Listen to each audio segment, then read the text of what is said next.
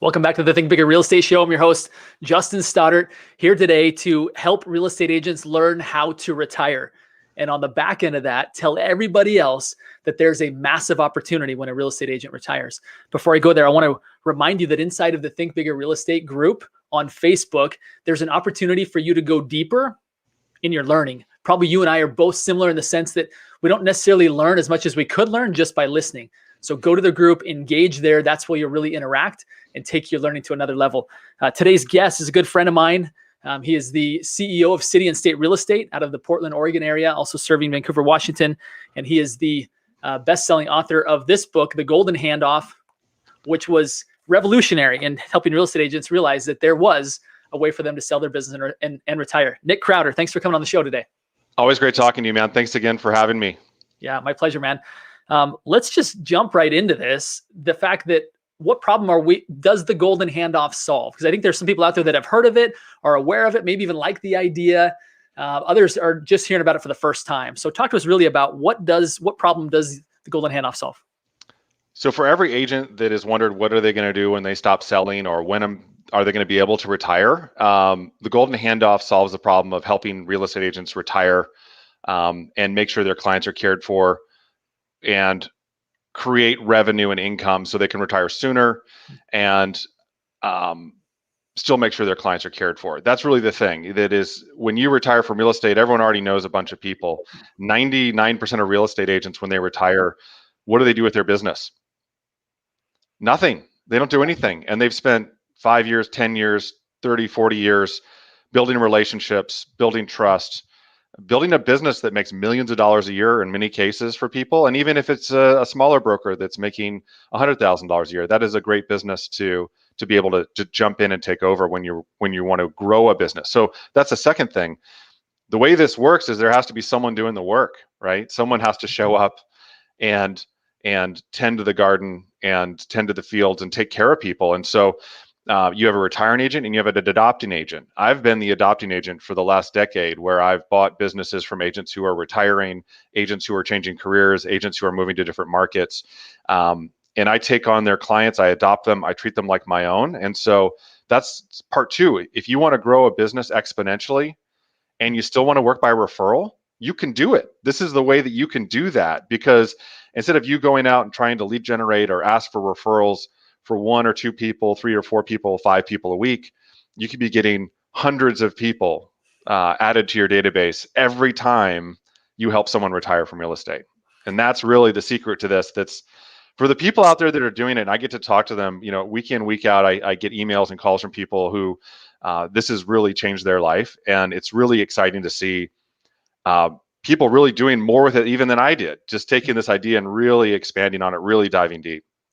Nick, I actually didn't think that I was going to bring this up, but since you're on it, so those who know me know that I've written a book called The Upstream Model, which the concept is who in the marketplace knows that a real estate transaction is coming.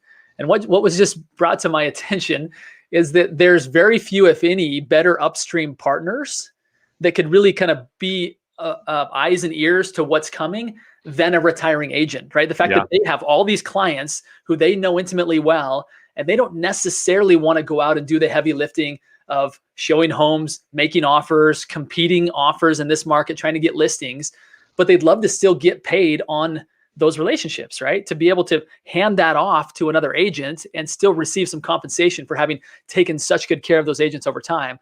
That's a powerful concept. So if any of my upstream agents are listening right now and you're like, who should I have as an upstream partner? You should have an agent that is preparing to retire. If you think of the best referral partner you could have in a traditional real estate sense probably is like a home builder, right? Yeah. Someone that's going to build, 20, 30, 100 homes a year, or a house flipper, someone that's buying and selling 5 homes, 3, 4, 5 homes a month, right? But again, even a home builder that's doing 20 new homes a year and you get all those listings, that's not as much as someone who's retiring that's handing you 300 new clients in one shot, right? They might not all buy and sell right away, but over time, those people will all hopefully work with you if you do a good job staying in touch with them. So yeah, Justin, you're right. I mean, in terms of an upstream, the realtor is still probably the number one person someone calls when they're thinking about moving, maybe second only to like a lender, just to say, hey, what can we qualify for? before we sell our house and buy a different home, upsize, downsize, they talk to their accountant, they talk to their lender, they talk to their realtor. And so, yeah, I mean, I can't think of outside of maybe a home builder that's going to be your biggest A+ revenue source, client source you could have. It's interesting. You bring up the point in the book, and I also want everybody that's listening here to know this, that if you've by chance read The Golden Handoff and heard about it, Nick's going to be announcing at the end of this show something really exciting that just came out that's going to give you a much better opportunity to actually apply the principles of the Golden Handoff. So stay tuned for that. We're not going to announce it just yet. We're going to make you stay to the end, but he's really gone to another level in teaching agents. He feels passionately about how important this topic is, both for adopting agents as well as for retiring agents, as well as for your clients. And so he's really got something special for you. So stay tuned for that. But I do want to share, Nick, it's interesting because I've been on the other side of the conversation, and I share this oftentimes with agents that I have a unique perspective because I'm not a licensed agent myself. People will tell me things that they normally wouldn't tell their real estate agent, right? And even real estate agents, I think, tell me stuff that they wouldn't tell their clients. And one thing that I hear oftentimes is, boy, I just don't want to do this anymore, right? And I think right now, real estate isn't easy. It looks like it's easy because there's all this demand, but high demand, low supply creates some difficulty. And I guarantee right now, there's somebody listening in this audience right now who's saying, I just don't have it in me anymore. Like, I do not want to go out and be showing homes and competing against all these other agents when inventory is so low. Would you agree with that? Are you hearing that? Or can you at least kind of sense that in the marketplace? Yeah, I think absolutely. I think there's a couple things that are happening right now. I think that there's been a lot of people that were planning to retire from real estate that have been sticking around longer than they planned because the market has been so good. Yeah. We've been in an environment where since 2012, prices have been going up, interest rates have been stable or going down. They're at all-time lows. And then COVID hits, right? And so then that changes how we operate. So people had to adapt to be working more remote. And a lot of sellers decided not to sell because they didn't want strangers going through their home. And that makes perfect sense. And so we have a lot of pent-up seller demand that I think will be coming to the market. But right now, in our moment of time, when we look back over the last, 10 months, it's been really tough if you're a buyer to buy a house because there are way more buyers than there are sellers. We've got record low inventory. And so that's making it difficult if you're representing buyers. Most agents are 50-50 buyers and sellers. And so if the seller side's been great, that part's been easier. But a lot of those folks, they're buyers too, right? They're going to sell and buy another home. And so it isn't necessarily easy, and timing everything is very difficult. The other big thing I think has happened is how real estate is being done has changed dramatically over the last 4 or 5 years. And that has nothing to do with COVID. It has everything to do with technology, and it has everything to do with the majority of our buyers now are younger, and how they communicate and how they transact and what they expect in terms of on demand and speed has changed dramatically. If you go back 10 years ago and you could pull up a Sears catalog and they'd send you anything you wanted with one click in 2 days, you would think that would be the most unbelievable thing in the world. You'd pay thousands of dollars to have that kind of service. But now everyone expects it 2 days at the latest. Mm-hmm. And really they want it within an hour. The old guard of realtors go, well, it's buying a house, you take it more seriously, take time. But people just aren't built that way anymore. And even, I'm not a kid anymore and I'm not retired, but I'm in that middle ground where I remember what it was like to go slower. And when I started, we didn't even use texting with clients. The number of tools that have changed in just the last 15 years is dramatic. And there's a lot of older agents I talk to that just don't like how real estate is done now. Yeah.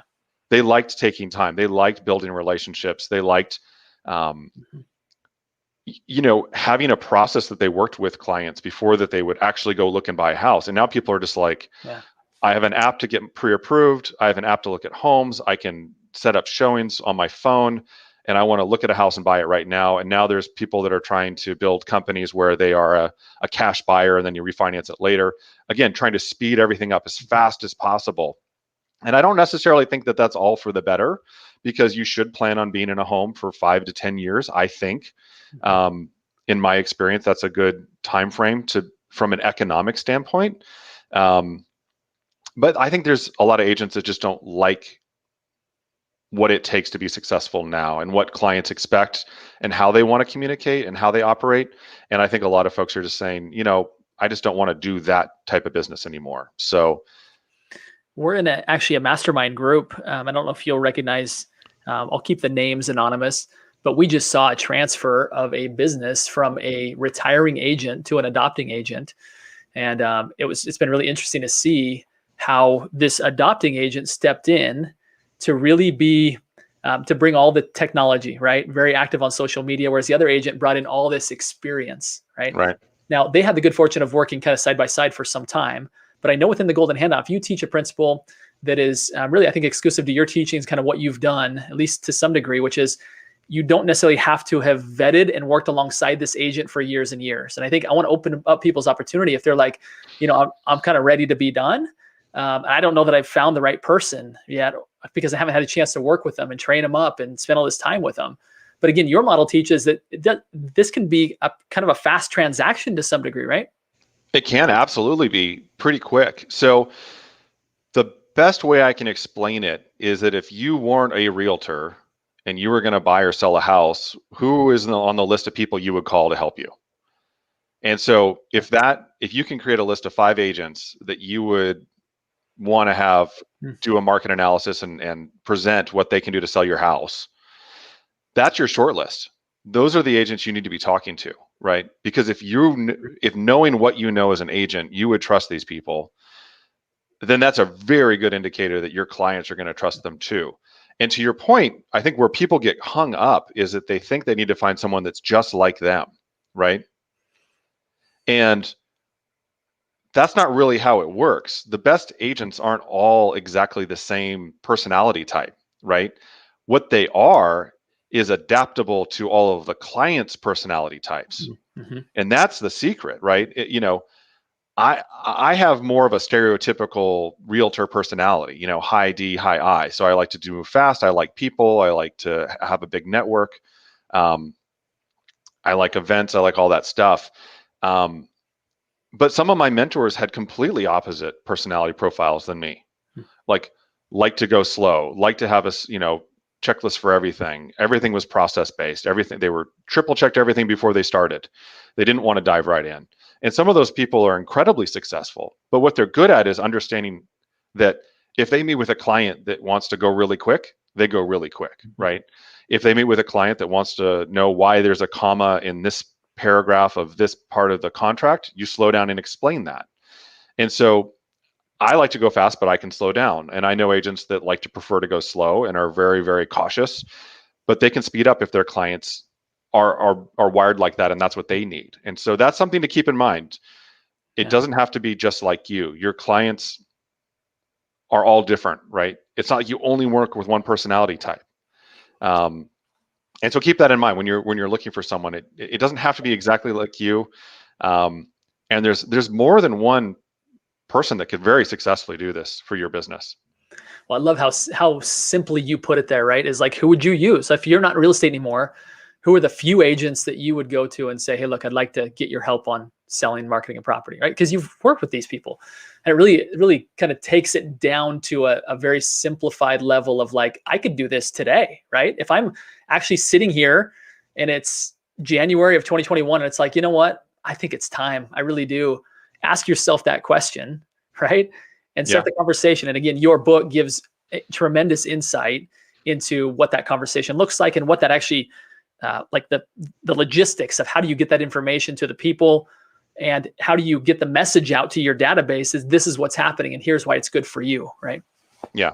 I think, I mean, we're going to talk about this at the end, kind of this new thing I've released that's going to help people really apply this. But the step one when you're a retiring agent is figure out how involved you want to stay, if at all. And step 2 is make a list of 5 agents that you want to interview.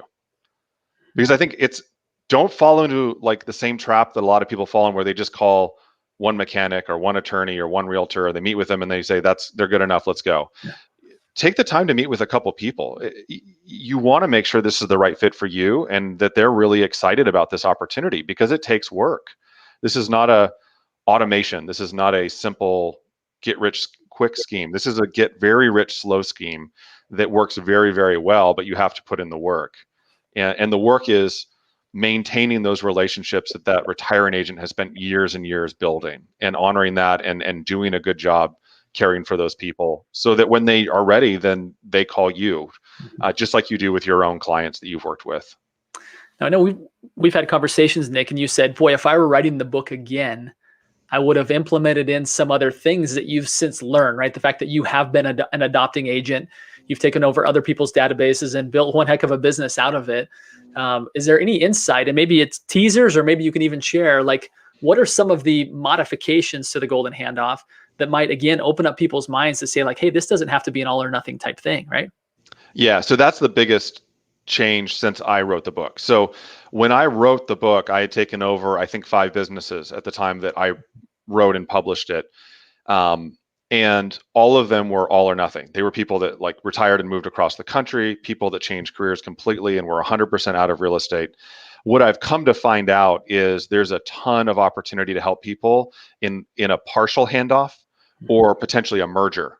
And what that looks like is, instead of someone handing you their database and flying to Florida to retire, maybe they want to keep doing real estate. Like you said, there's a lot of people that are like, I'm over it, I'm burned out, but they're not over all of it, right? Mm-hmm. There's parts of it they don't want to do. Maybe they don't want to manage the staff anymore. Maybe they don't want to work with first-time home buyers. Maybe they don't want to do as many deals. Maybe they only want to do 1 or 2 deals a month with sellers in their core area, like in the neighborhoods they know cold. They don't want to try to learn new areas or market stuff that they're not familiar with. So there's an opportunity then for them to hand off all the things they don't want to do to an adopting agent. That creates a ton of value for the adopting agent to take care of the first-time home buyers and the outer lying areas and maybe the lower price point stuff, whatever it is that agent who's retiring is not passionate about. Give that up, but do it intentionally, right? Don't just say no to it. Refer that to the adopting agent so that those people can still be cared for, but it doesn't have to be you personally doing it. And then if you're the retiring agent, you don't have to be all or nothing. Maybe what it means is you want to work part of the year. Maybe you only want to work on a certain type of transaction or with a certain type of client. So keep that piece and let go of the other stuff, but don't just let it go. Because what people do when they do this is they do this kind of naturally, right? So people phase out. And so that's when a partial handoff needs to happen, is when you're starting to phase out. Because as soon as you start saying no, as soon as you stop following up with everyone, as soon as you stop marketing like you used to, those clients don't go away. They just start working with other agents, right? And so the golden handoff is a way that you can make sure those people work with a good agent and make sure you get referral income when they do. And you can still downsize your business as small as you want. You could do 5 deals a year if you want, and only with your best friends, but make sure that all of the other people, that the other 30, 40, 100 people a year that were going to work with you, if you are really working hard, don't just go away and find their own agent, because then you don't know if they're going to get a good agent, an experienced agent, and you're certainly not going to get anything for it. Yeah. Even if you were completely altruistic and had nothing to do with you, and you had all the money you wanted, and there was no need for to make any additional income based on those relationships that you built over time and that business you built over time. Even if it were just for the best interest of your clients, this would still be the right thing to do, right? To be able to hand vet for them the next agent that they should use. Like, they don't want to have to do that themselves, right? And for you to say, this is who I would use, this is who I recommend you use. I also want to make a claim about, I think, one of the greatest national tragedies, now I'm really going deep here, bear with me for a second, is when a younger generation doesn't learn from the older generation, right? Doesn't mean they're going to do everything the same, right? We innovate and we progress and all of that. But I do say that, like, there's lessons with our, let's say with my grandparents and my parents, that if I don't learn from them, I'm going to have to learn them on my own, right? Sure. And so take into account that you as a younger real estate agent, when I say younger, it could be younger in the business, right? Or you're just not quite ready to retire yet. You can go through and try and build that entire database yourself, or you can go and learn all the lessons yourself, but think about what you could adopt, not just in a client list, right? But in the wisdom and access to somebody to say, hey, look, part of the deal is I'm going to call you once a month and we're going to have a phone call. And I just want to run some questions by you and see what would you do in these scenarios? Like, how valuable would that be, right? To not only have like the clients, but to have access to their brain over a period of time, right? Just to continue to serve their people at a high level. I think that's brilliant. I mean, I do think that there is, and it's part of the arrogance of youth, right? I mean, I think that when you're younger, you believe that you can do it better, and that the way that it's been done is already outdated by the time you get to it. And it's kind of like how painters are trained in a classical sense, that even if you want to be an abstract painter, you learn realism first, kind of learn the rules in order to learn how to break them. You know, there's a ton of things that happen commonplace now that I wouldn't have dreamed of doing when I started. Like, I used to think texting was really the wrong way to communicate in something as important. It's for Yeah, teenagers. it's for, like, you know, deciding how do you, you know, where are we going to meet Friday for happy hour or something. That's great for texting, but like a real estate transaction, like you should be meeting in person, right? You should be talking on the phone. I had a hierarchy that I believed was true, but you know, that's not how everyone wants to communicate now. And so the old rules don't apply to everyone. But there, like you said, there are truths to relationships and human interaction that I don't think will change, and that are important to learn and to understand. I'll give you a quick example. On our team meeting this morning, one of our agents said, "Hey, I was working with this buyer, and they said they wanted to be in this intro price point, but they wanted to be close in." And they ended up not working with the agent, and they bought a house really far out of town.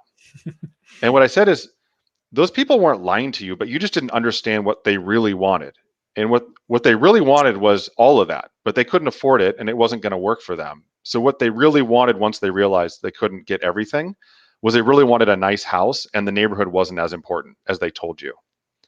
And so, you know, it's easy to get caught up into what people say they want, but it's important to understand what their real motivation, what the core thing is that's important, because it isn't always obvious. And that's true in business, that's in all relationships, you know. And a lot of times people don't even really know what they want, you know, and good agents help them kind of figure that out. It's great stuff, man. Yeah, like case in point, right? The stuff that you've learned over time, you're now able to transfer that. And I would recommend anybody out there that's, again, looking to grow your business fast by referral. Sure, you can turn on some lead spout, and the statistics are that you'll close 4% of those people from online leads, and the sales cycle is about 600 days. I'm hearing that from people that are ISAs. Now, some may do it better, but like industry standard, that's what, from a pay-per-click, like that's one way to scale up your business, right? Which Sure. I think you and I both believe maybe isn't necessarily the best way. I think what Nick just described here, that if you're an ambitious agent who wants to learn, is open to learn, and willing to get a lot of warm referrals in a hurry, then you need to get some of these agents that maybe have their eye on the end of their career in your upstream to start cultivating relationships there and see how you can help them transition to their better situation, right? I think it's a powerful concept for everybody involved. Nick, let's talk about, we've held them off long enough. Let's talk about this resource that you've created, which I think is brilliant. Tell us what it is and where people can find it. Yeah, thank you so much. This is something I'm really excited about. We've been working on this. We worked on this all of 2020, and it just came out in the last month, and it's the Golden Handoff Workbook. So I took everything I knew about the Golden Handoff, everything I've seen people do. We masterminded with agents that are implementing this to get feedback on what they wanted and what they needed. And we took all of that information and we put it into a simple workbook. It's available through goldenhandoff.com. It'll send you to Amazon. And there's basically two things you can get. You can get the Golden Handoff book or audiobook, which is kind of the deep dive. The workbook is all checklists, interview questions, process documents. So it takes you in 8 steps from start to finish. When you're ready to retire or when you want to start taking over businesses, exactly what to do in the right order, so that you can guarantee that if you follow this process, you should have the best chance of success possible. And each workbook has the whole process for the retiring agent and the whole process for the adopting agent. And it explains which parts you do together and which parts you do on your own. And then it has a master checklist, which has both of those checklists side by side. So you can see that together and work through that together. And so I'm really excited to have this out there, because I know that when I'm trying to implement something from a book, I love having a workbook edition to work from. It makes it so much easier to take it and implement it and to kind of fast forward through it. And I still would recommend everyone read the book, but for folks that don't love reading, and I'm lucky to have some very successful friends. I have a buddy that's a billionaire through selling tech companies, and I was sending him a chapter of my newest book, and he's like, "I've only read 2 books and I didn't even finish them." And I'm like, "Oh, that's terrible advice," but he's done okay.